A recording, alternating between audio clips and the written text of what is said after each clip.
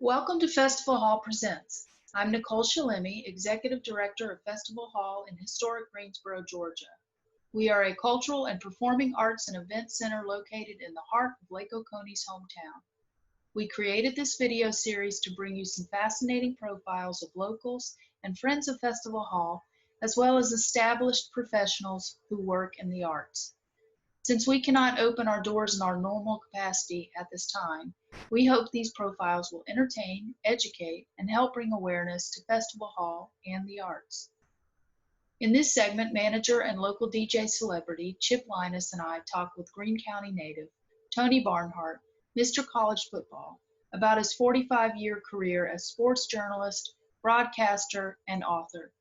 He shares with us many charming and funny stories and gives us some predictions for the coming college football season. We hope you enjoy Festival Hall Presents.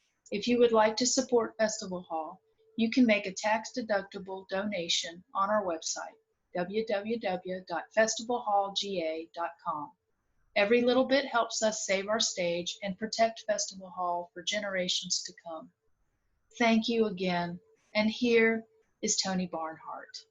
Tony, thank you so much for being here today, talking with us at Festival Hall. I like to start out with talking about people's beginnings. So I thought maybe if you could tell us a little bit about your upbringing and your formative years. I know you're a Greene County resident, and I know folks would be very interested to hear a little bit about your childhood here, if you could indulge us. Well, I grew up in Union Point. I lived in Union Point all of my growing up years until I went off to college. My mom and dad, my dad was in the construction business. My mom did a bunch of different things, but she always worked. Just a regular upbringing, and back in the 8th grade, I left Union Point to go to Greene County High School, because by then the schools, Union Point and Greensboro, had merged. Mm-hmm. And it was there I started playing football in the 8th grade and fell in love with it.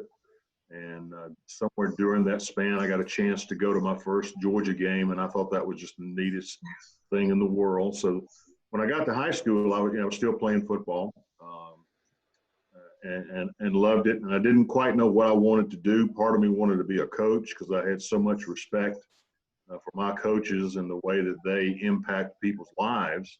But at the same time, I was encouraged by my English teacher, Tommy Ward, who's everybody knows Tommy in Greene County. One day she told me, she said, if you worked at this, you could probably make a living as a writer. Of course, she knew the operative word there was work, which a subject with which I was not particularly familiar.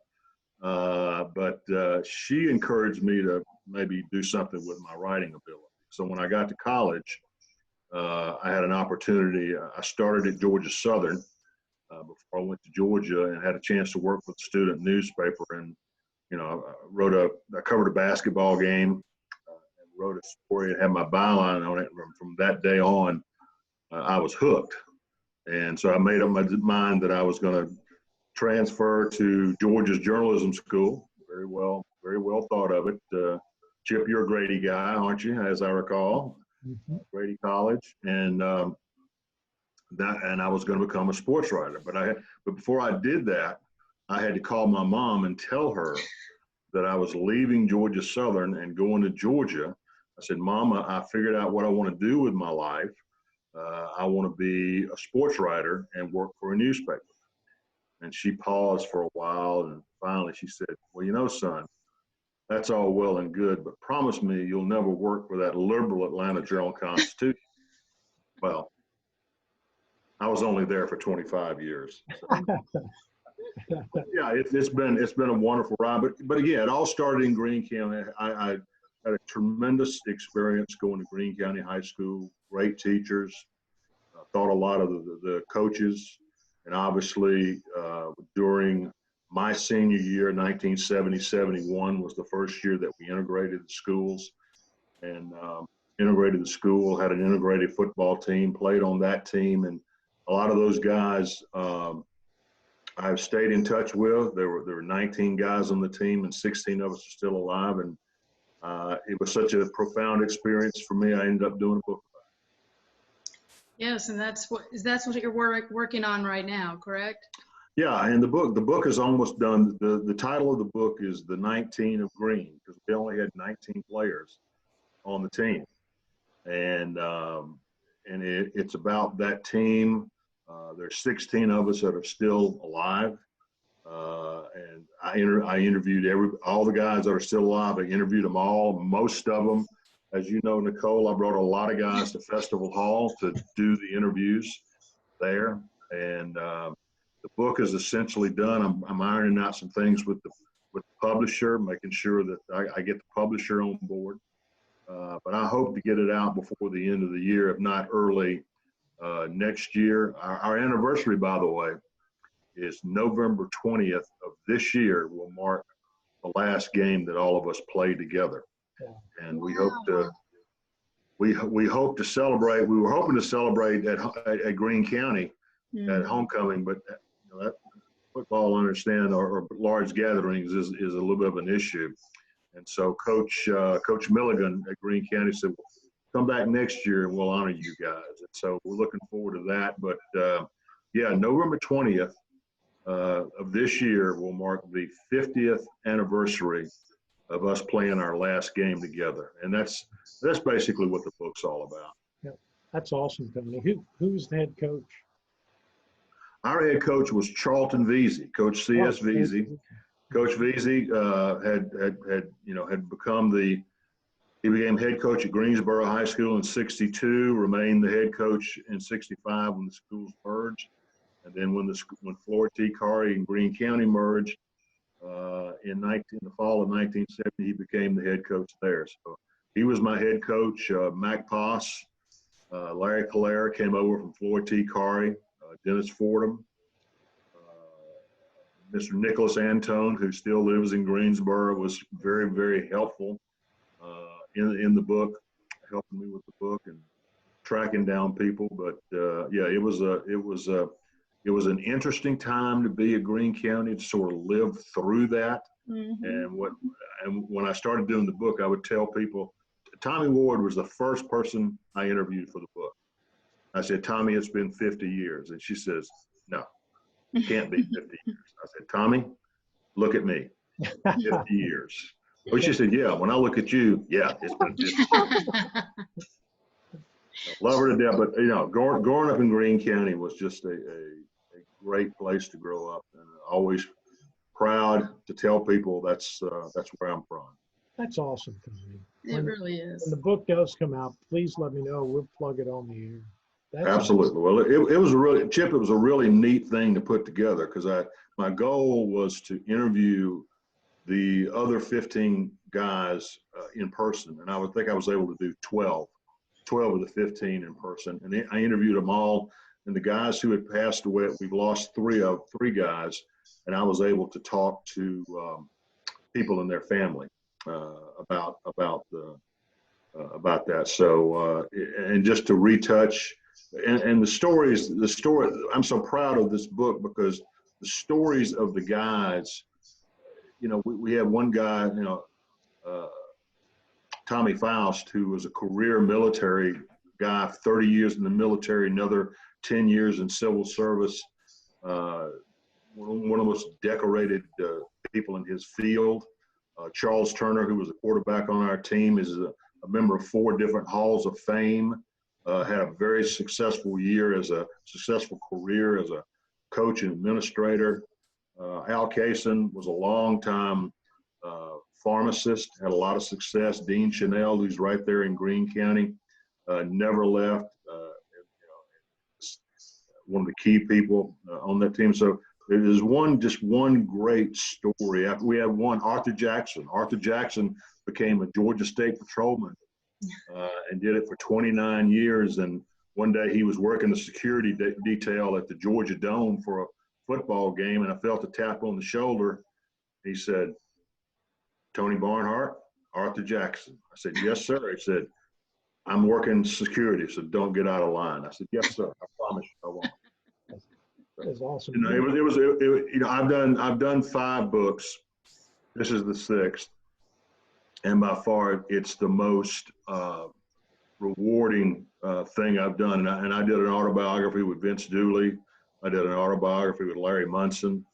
And this book was just to go back and, you know, very few people get a chance to sort of retrace their life the way that I was able to do by talking to these guys all after 50 years. So it was just a tremendous experience.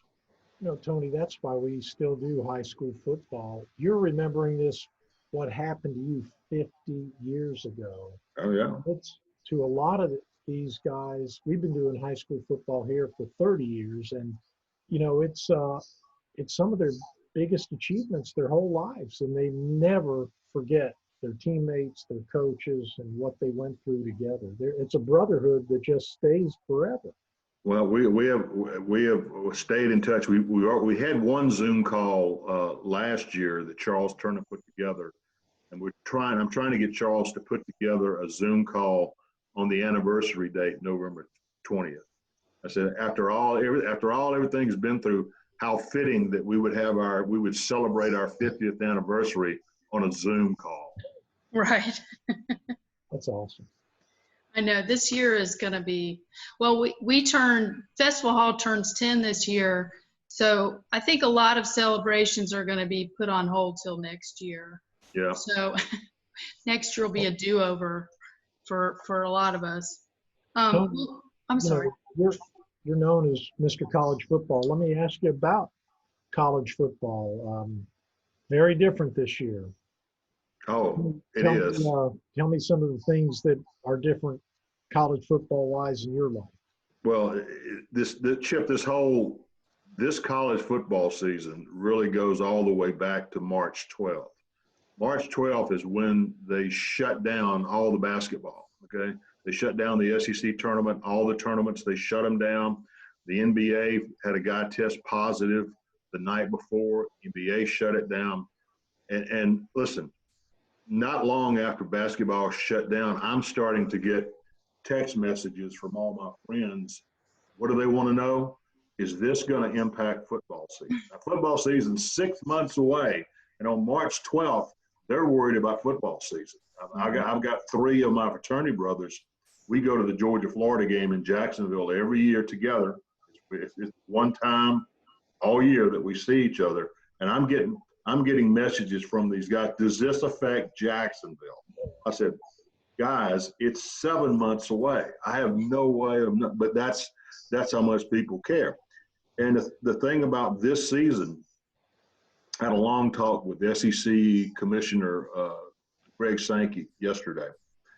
And you got to realize that they have been working day in, day out, around the clock, trying to get this season started and as safely as possible, talking to some of the smartest people in the world, and you know, just getting in touch with all the people that I normally get in touch with has been incredibly difficult because they're working around the clock. They've taken almost no time off.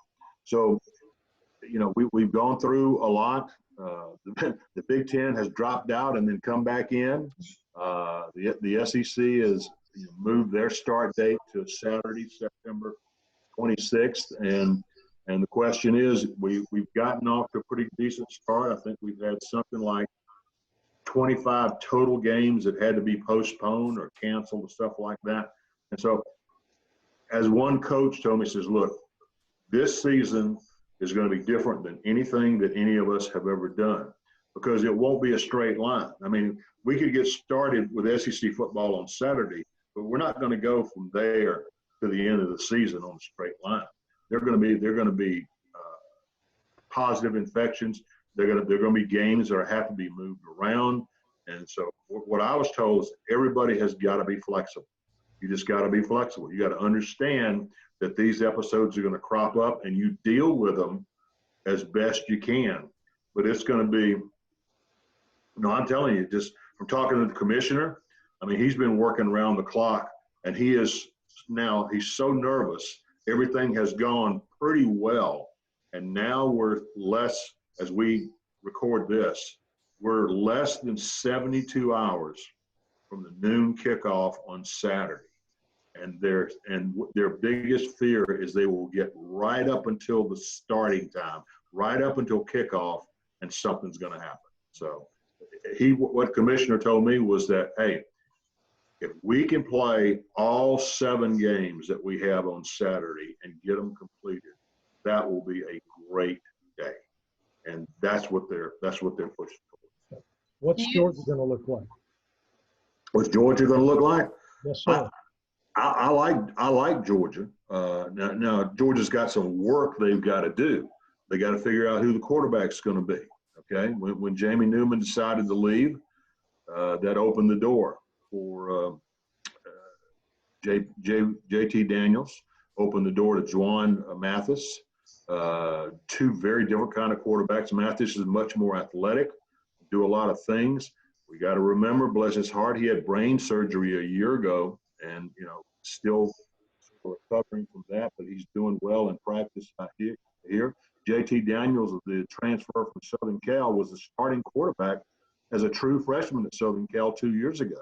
Got hurt early in 2019 and decided to look for another opportunity. So got to decide on the quarterback. Got to rebuild the offensive line. 2 first-round draft choices are gone from that offensive line, but there are pieces there to build with. Very deep at running back. No issues at running back. Got to find some wide receivers to go along with Georgia Pickens. Defense will be, if not the best defense in the country, one of the top 3. Gave up 12.5 points a game last year. I think the defense is going to carry the weight until Georgia sort of figures out who they are offensively. The big question I get asked a lot is this the year that Florida catches Georgia? And a lot of people thought that after Jamie Newman left and opted out of the season that maybe that meant that Florida would.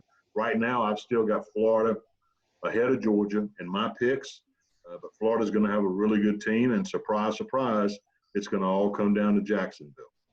Mm. Well, I read something. So who do you think is going to take it all if everyone stays well? I like Alabama. I like Alabama a lot. Alabama, I give my Alabama buddies a lot of grief. I said, you guys are trying to recover from a disastrous 11-2 season that you had last year. They lost to LSU, the national champion, by 5 points, and they lost to Auburn by 3 points. What a terrible season it was at the University of Alabama. I like the way this team is built. There's certainly been more talented Nick Saban teams that I've seen than this one. But I just got a feeling that all the stars are going to line up for them. Play Georgia in Tuscaloosa on October 17th. That's going to be interesting. I think Alabama wins that game, but Georgia, really, honestly, Georgia and Florida and LSU are really the only 3 teams that can even begin to match up physically with the University of Alabama. Tony, you've been a writer for the Atlanta Journal-Constitution for 25 years. You've been an author that we've talked about. You're on TV now with the SEC network. How different is that, and how much do you like that? Well, Chip, it's a different set of muscles. I'll remember that I came to the Atlanta Journal-Constitution. That was always the goal. I mean, Maria and I we worked up in Greensboro, North Carolina for 7.5 years. And the goal was always to get back home and to work for the Atlanta Journal-Constitution, live in Atlanta, be close to home, and all that. And that happened in 1984. And then I said, okay, well, I need to think about what else I can do, because I was encouraged by some of my mentors. I said, have as many tools in the toolbox as you can have, okay? Because someday somebody who will decide they don't love you anymore, and you got to be able to do something else.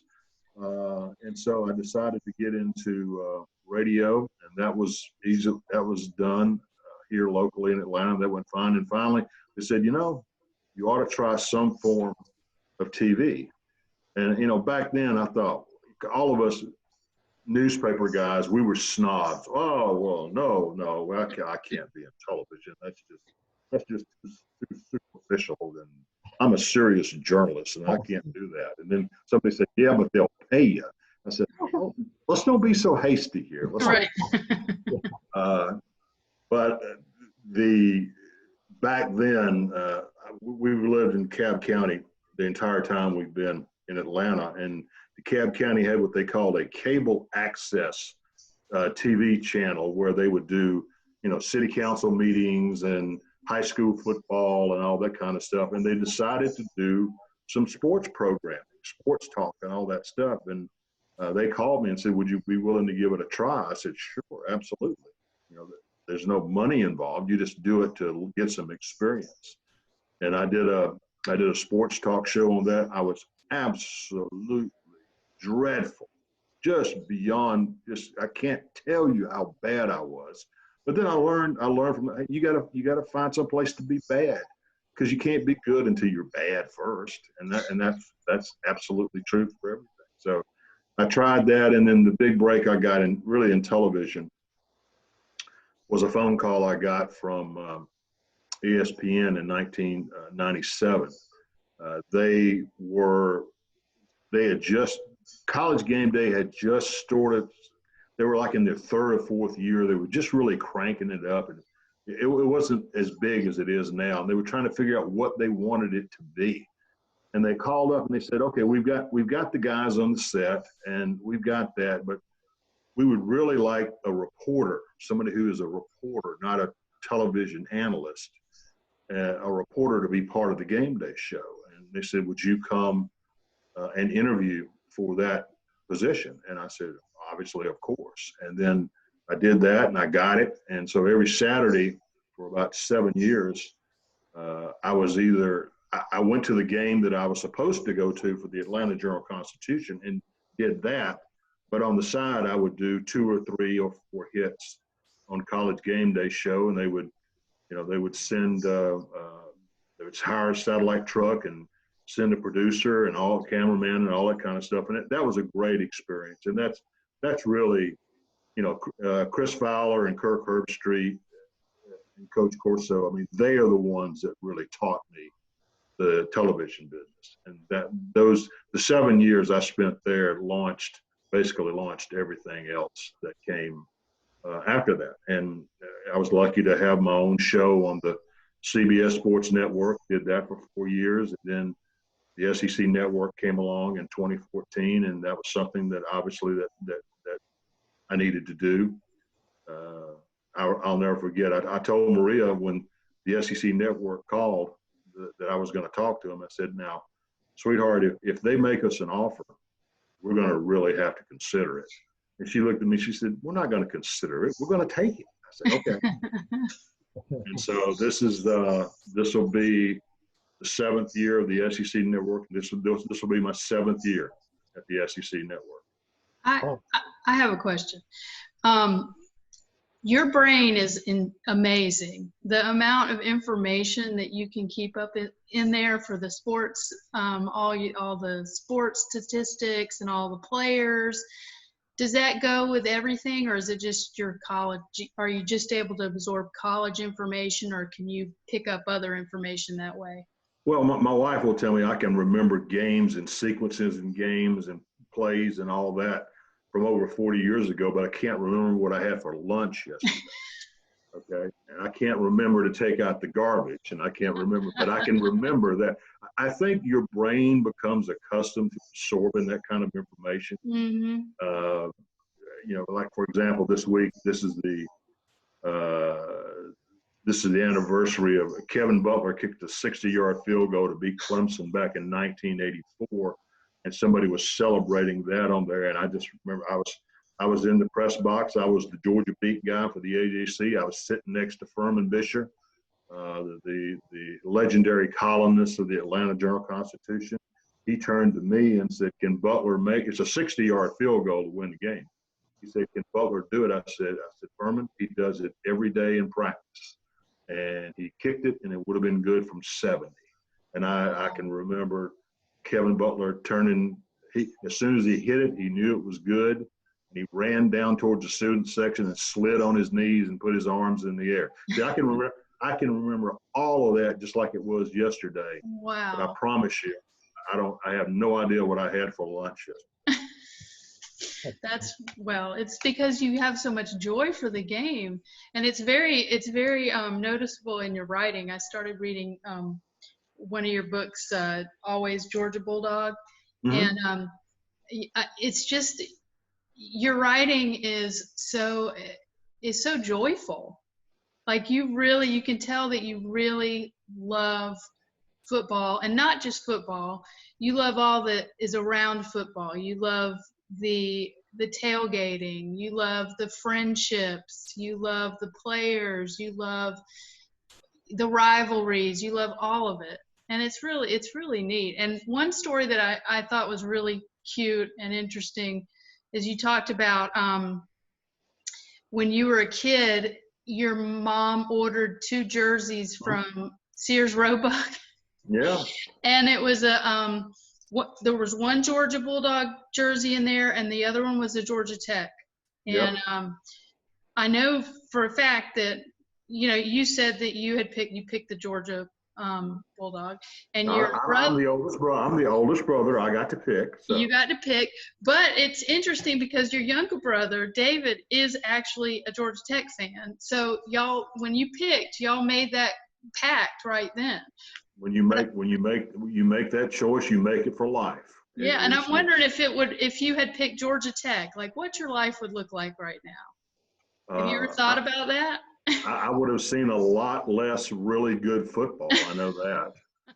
I have a great respect for Georgia Tech. A lot of friends there, but yeah, it would have. Because I think about all the relationships, a relationship with, with all the players, with Coach Dooley. Larry Munson and all that. You don't miss what you don't know. But it's hard to imagine my life. We grew up in Greene County, 30 miles from Athens. It's hard to imagine my life with the University of Georgia not being a big part of it. Yeah. Tony, the book I enjoyed was the one you did with Larry Munson. Tell us a story or two about the great voice of the Bulldogs, Larry Munson. Well, Chip, the great part of that book is obviously growing up listening to Larry. And Larry had always, I talked to one of his sons, Michael, and Larry had always said he would never do a book. He had read a magazine article somewhere where Sean Connery, the great James Bond actor, said he would never do a book because writers make things up. And so Munson just got it in his head that he was not going to do a book. But then when he started getting close to retirement, his sons, hey, Dad, you got a story to tell, and you can't tell it. You're going to have some help. So I remember I was traveling. I think I was going to Florida for a weekly interview session down there. And I get a call from Michael Munson. He said, Tony, Dad has made up his mind that he's going to finally do the book, but he won't do it unless you do it. And I said, well, count me in. We'll do it. And the great thing about that book is, I don't know, about 7 or 8 months, I went to go see Larry Munson 2 to 3 times a week. And the great part of it all is that I would go in there. When I put together a book, I'm very organized. I got the outline, and these are the topics I'm going to do, and these are the interviews I'm going to do, and these are the questions I'm going to ask during the interview. And so I would go in to see Larry, with all this organization. Let's say, okay, Larry, we're going to talk about this and this, and he would start talking, and all of that would go out the window. Because one thing I learned, you got to let Larry be Larry. So I would just let him go. He wanted to talk about a topic, I let him go. And that was the most fun, is figuring out where in the world his mind was going to take him next. And there were so many fascinating things about Larry that I didn't know before I started the book. Like, for example, as a teenager, he was a really, really good piano player. Played very, very well. And he's like 15, 16, 17 years old, and he's playing with some bands in the local Minneapolis area. And then all of a sudden, Tommy Dorsey's orchestra is making their stop in Minneapolis, and their piano player gets sick. And they got to get somebody right away. So they said, well, this Munson kid is pretty good. Why don't you bring him in? And so Tommy Dorsey brings him in. They let him play. And a few weeks before, they had auditioned a new lead singer by the name of Frank Sinatra. And so Larry Munson backs up Frank Sinatra for 3 or 4 days, whatever the tour was that they were there. And when Frank Sinatra died, his organization tracked down every single musical artist who had ever worked with Frank Sinatra, tracked them down and sent them a gold record, a picture of Frank Sinatra and a gold record thanking him for his service. Larry had it hanging up in the kitchen. I said, Larry, I would have that right at the front door where people walk in. He said, oh, yeah. I mean, the Sinatra kid, he had the girls. Oh, my word, the girls are just screaming for crying out loud. Can't believe it. So that's so needless to say that we found a way to package it up and send it to the publisher, and they used a special camera to shoot it. And that's how we got it into the book. But there were so many great stories like that, and stuff like that. They had nothing to do with football. He went into World War II, but they found out after he had been there a while, they were doing some examinations. They found out that he lost his sense of smell. He had no sense of smell, and so they sent him home. He had been dropped on his head, literally, when he was a small child and broke his nose, and he lost his sense of smell. So there's a chapter in the book called "The War I Could Not Smell." So, and that was fascinating. All the fascinating stuff was the non-football stuff. Yeah. And just because I didn't know that about him, but I will never forget our last interview together, because it finally got to the point where the door was never, I would just walk in. I would knock on the door and everything. He said, yeah, just walk in. It doesn't matter. And so, I knew this was going to be the last interview. He knew it was going to be the last interview. And I think this was 2011, because Georgia was going to open at Oklahoma State, unusual non-conference opener for Georgia. And I walk in the door and he looks at me and goes, now, Barnhart, he said, how in the hell do you get to Oklahoma State? And if you get there, how do you get back? And you know it's going to be 9,000 degrees there. It was just hilarious. I had so much fun doing that. You talk about a varied career. He did fishing show on TV. Oh. He did the Braves. He did the Falcons. He had a very varied career as well. He did, and he loved the fishing shows more than just about anything. Yeah. He would do the Georgia games on Saturday, and no matter where he was, he would get back to Nashville Saturday night so he could do the fishing shows on Sunday morning. He absolutely loved it. Yeah. Well, do you have any other questions, Nicole? I mean, I have a ton, but I'm trying to think. I think the one thing that I also wanted to talk to you or ask you is, talk to us a little bit about your favorite accomplishment in your career. Like it might be what you just talked about, talking with Larry Munson or getting to meet all these really interesting people and getting to know them. But is there anything that you're the most proud of that you've done? Well, I think the thing I'm most proud of is that I'm a grandfather. I mean, that's my number one job. We just became grandparents for the second time. A boy by the name of Bo, and his dad, by the way, is a Michigan State grad. But one of my neighbors said, well, with a name like Bo, there's no way he's going to Michigan State. He's going to be a Georgia Bulldog. So that is number one. But in terms of career accomplishment, I just think I'm most proud of the fact that I felt like it was a different kind. I was able to do a lot of different things. I was able to do things in TV and radio and writing and books. I'm proud of that I could be flexible, and I'm proud that in '08 I faced a very, very career crossroads when the Atlanta Journal-Constitution started doing buyouts, and we were given the choice of either take the buyout or we can't promise you that you will keep your particular job. We can promise you'll keep a job, but not the one you want to do. Well, by that point, I was doing a lot of radio, a lot of TV. I was, I was doing the blog, Mr. College Football. And these were all things that I wanted to continue to do. And I certainly didn't want to give up radio and television, which is a lot of, so ultimately I had to decide to walk away from the Atlanta Journal-Constitution, and which had been the #1 career goal when I got out of college.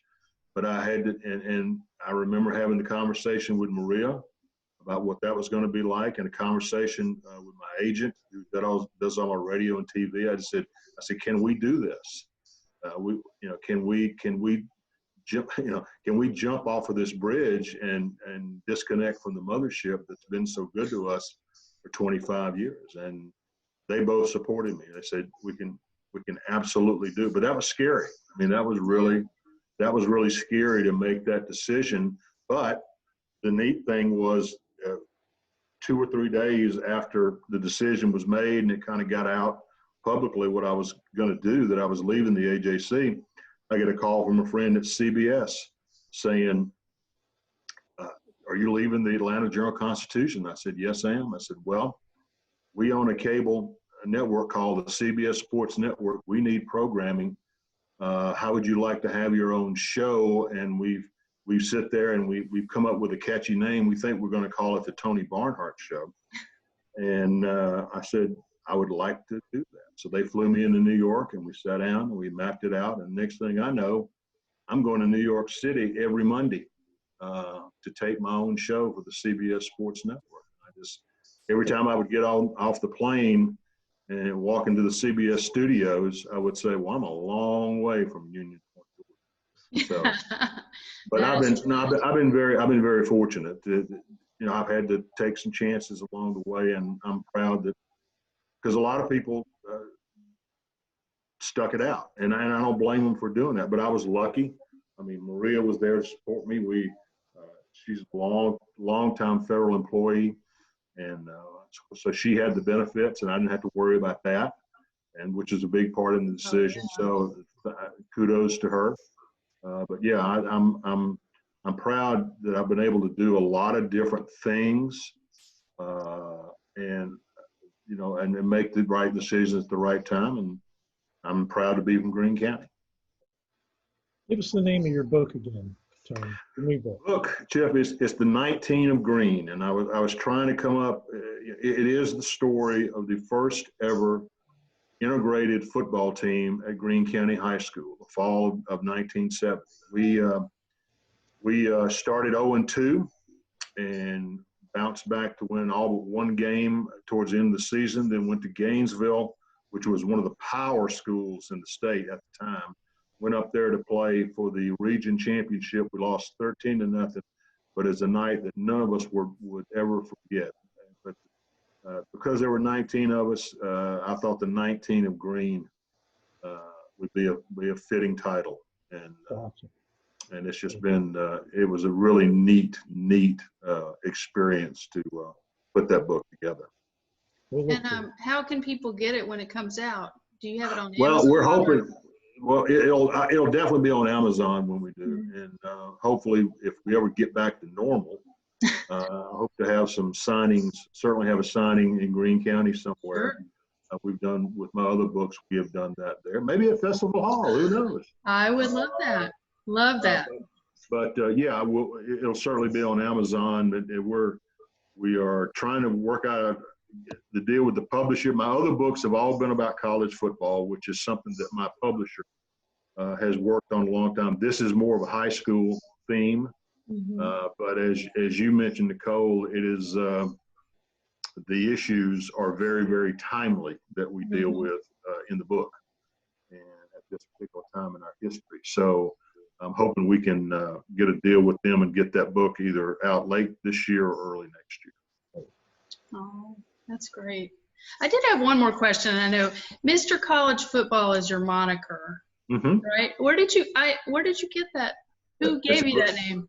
It's a great story. I can take absolutely no credit for it. When I was at the AJC, and I can't remember exactly what the year was, the AJC was ramping up its online sports page, trying to come up with different kinds of content to drive traffic towards the web page, because everybody was just, everybody was not yet comfortable as they are now reading the newspaper on the internet. So but the editor of the online sports page came to me. His name is Scott Peacock, just like the bird. I'll never forget it.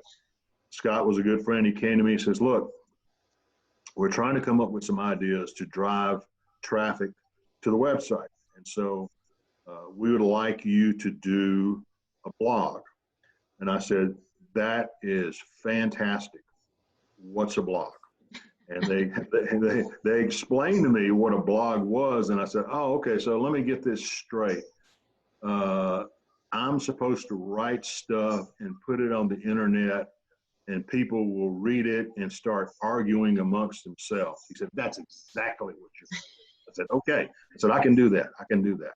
He said, now, we thought we would give it a title, just instead of your name, and we're going to call you Mr. College Football.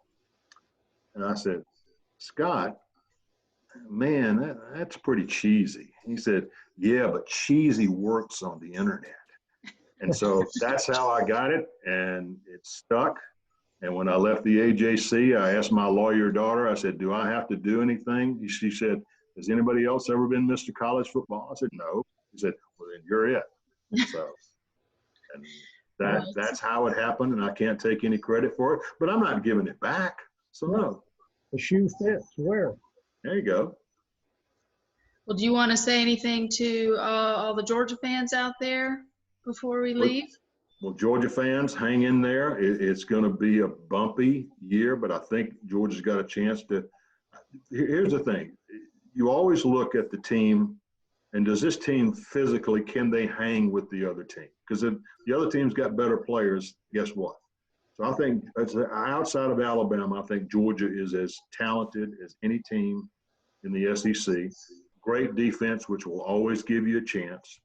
If they can figure out the quarterback situation and have some consistency there, I think Georgia's going to be fine. I think they'll have a tough time at Alabama on October 17th. And then, as it always does, it'll come down to Jacksonville. Georgia's won 3 in a row from Florida. Florida's convinced that this is the year. And so I think Georgia will have one loss when they go to Jacksonville, and Florida will have either one loss because they got to play LSU or no losses when they play in Jacksonville. And so the winner of that game will end up probably winning the SEC East. So I think it's going to be another good year for Georgia. All right. You're a good man, Tony. You're very generous with your time, and we thank you. Well, thank you. This has been a lot of fun, and tell all the folks in Greene County I said hi, and we think about you guys a lot. No, it's always good to go home. So we look forward to the next time we can. I look forward to the next time we can all be together, not on Zoom. Right.